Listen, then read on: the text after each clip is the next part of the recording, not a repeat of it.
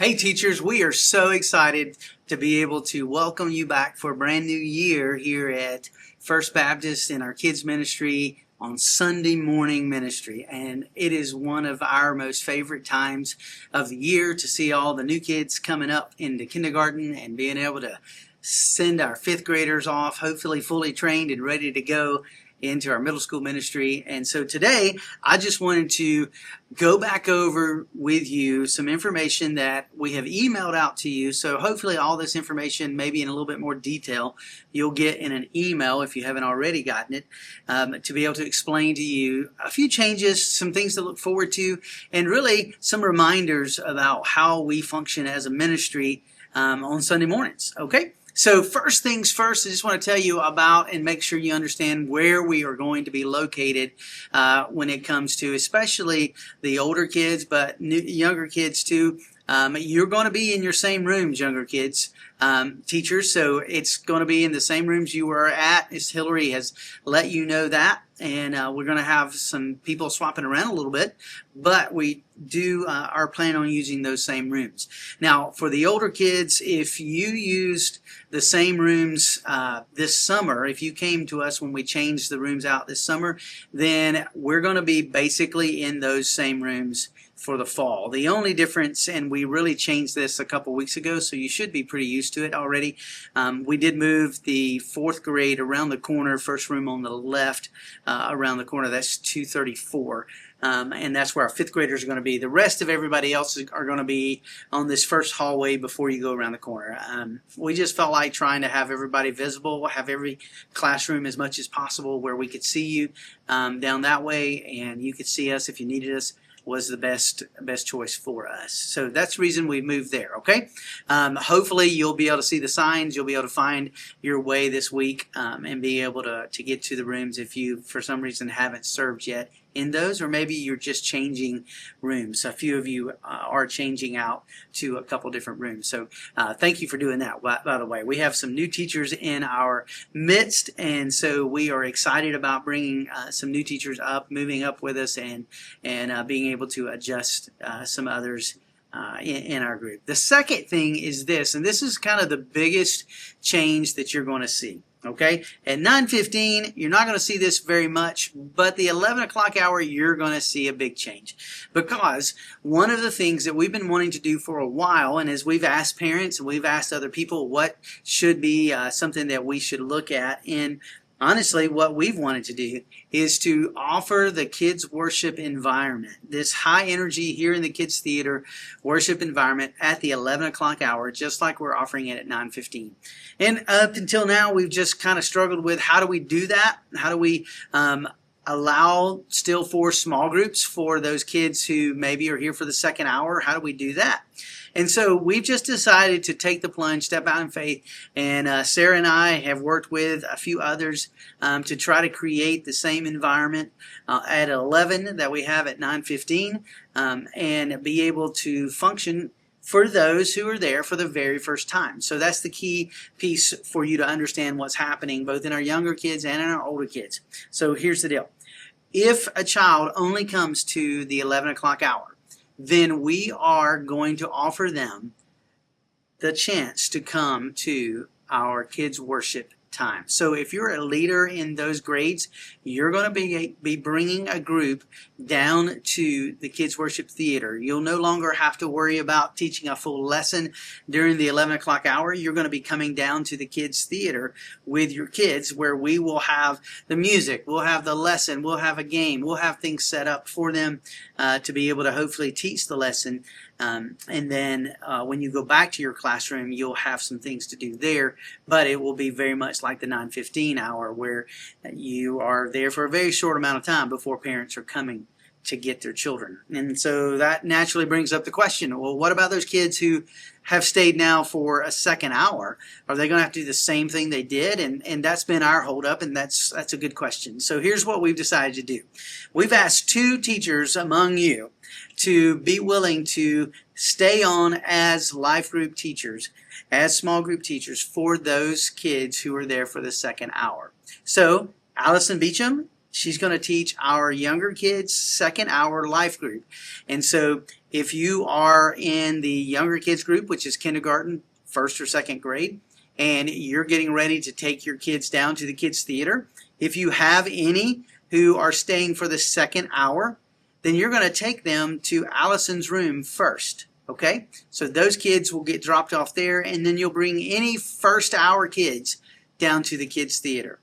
For the older kids, you're going to do the same thing, but you're going to take them to Dennis, because Dennis is going to be able to take Dennis Adderholt, by the way, if you don't know him, if you're new here. Dennis has been teaching our third grade for years, does a fantastic job, just like Allison does down in the younger group. He's going to take and do a small group for the older kids. So if you have a third, fourth, or fifth grade group at the 11 o'clock hour, before you bring them to the kids theater, on your schedule, it'll have a time for you to do that.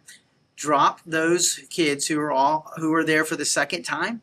Maybe they've been there, they've already been here at the 9:15 hour, and now they're here for the 11. Drop them off with Dennis, and then he's going to do a small group with them.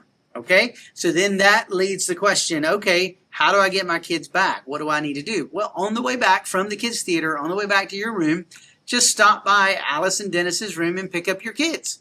Some of you will be taking Alice and Dennis's kids back to them. But if not, then just pick up your kids and head back to the room, so that all children are dropped off and picked up still in the same room. But this solves the problem of kids who maybe they didn't, or those kids who come to 1 hour and they're also going to stay for the second hour, to get something a little different, to get the lesson taught in a little bit different way. We love to be able to offer this small group time, and I'm excited about it. I'm excited about hopefully being able to get more volunteers who will come who may be a little nervous about owning a class for a full hour.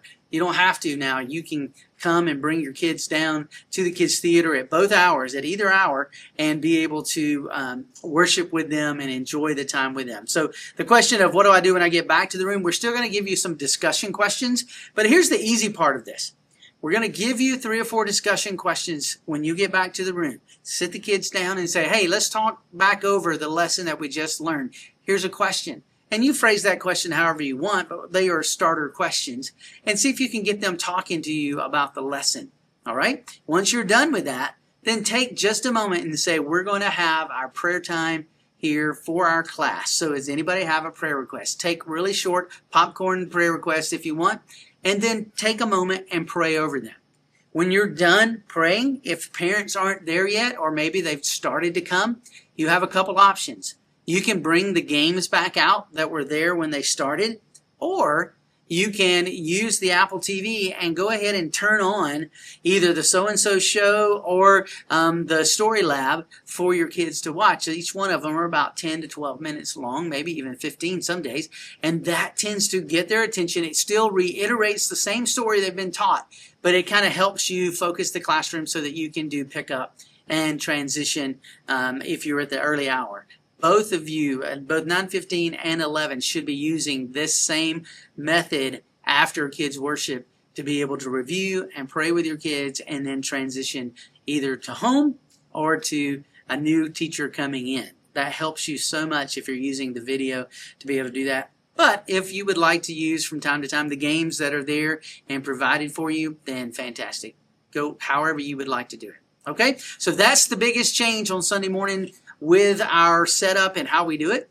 The other setup or the other change is this, that we are offering to you, instead of the big white tubs and a gray plastic basket, what we're going to be doing is every classroom, young and older kids, are going to get what you see over my left shoulder, a cart. They're going to be brought to your room every Sunday morning, and on that cart, you will find certain things. On the top shelf, you'll find a plastic tub that has your emergency bag in it. It also has some candy in it. You always need candy, right? And a couple other supplies that you may use or may need for the chalkboard or a dry erase board as you're going on. It also, on top of that cart, will be your orange clipboard with your roll. Okay, that's the top shelf. Below that, the second shelf, you'll see there are tubs with all kinds of building games, playing games, things like Legos, Tinker Toys, other robotic type building things as they get older. There's going to be a lot of fun things on that second shelf they can do with their hands and puzzles and put together.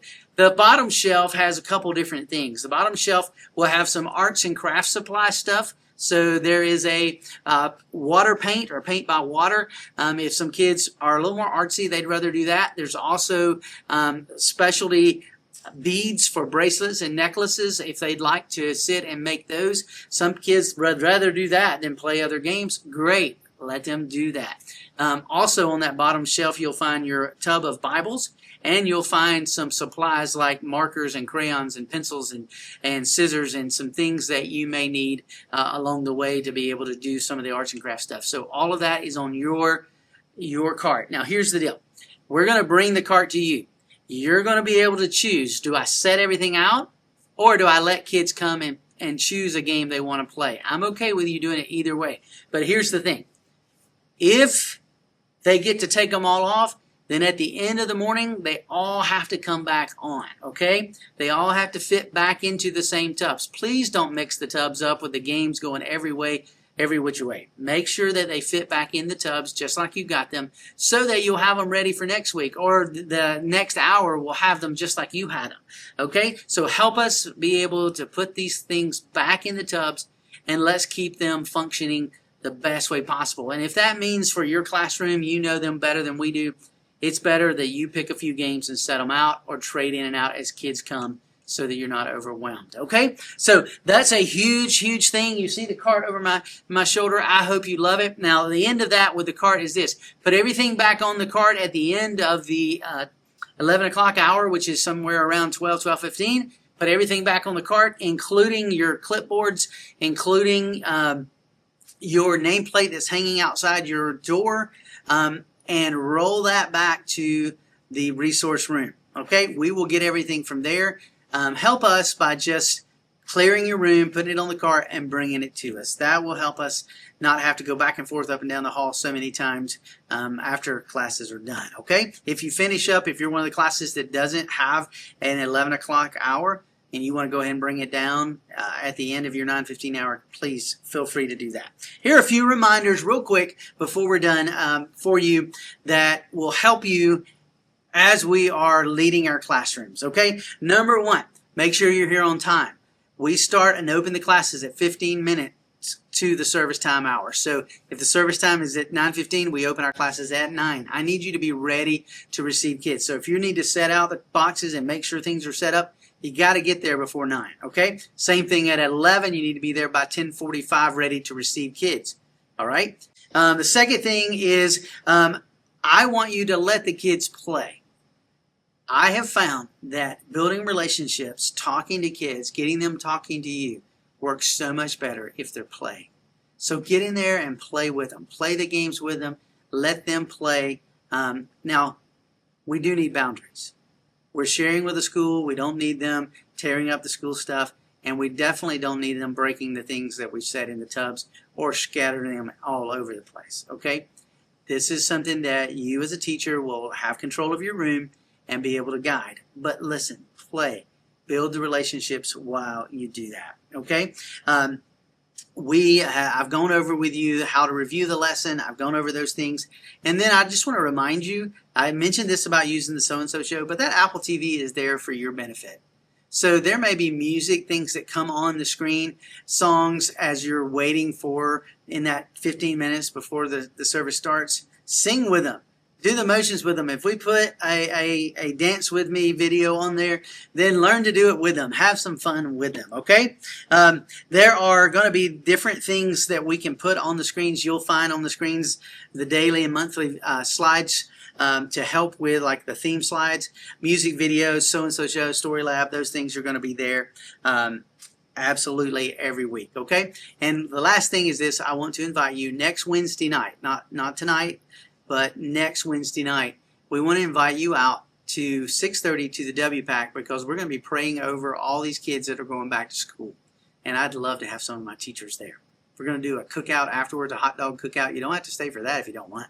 But come to the 6:30 service in the WPAC. It'll be for students and children and their families. Even if you don't have a child here, you have a bunch of kids that are in your class. So come on out and join us, all right? I hope that answers a lot of your questions. I hope that you know how much I'm excited about this year. And listen, if we are excited and we have a good time with our service hour and with our kids, then we need to share it with other people. We need to reach out and let's get more and more people involved in serving, because the more adults we have serving, the better we are at ministering to our kids, all right? I'm excited about this. I look forward to seeing you on Sunday. Thanks again.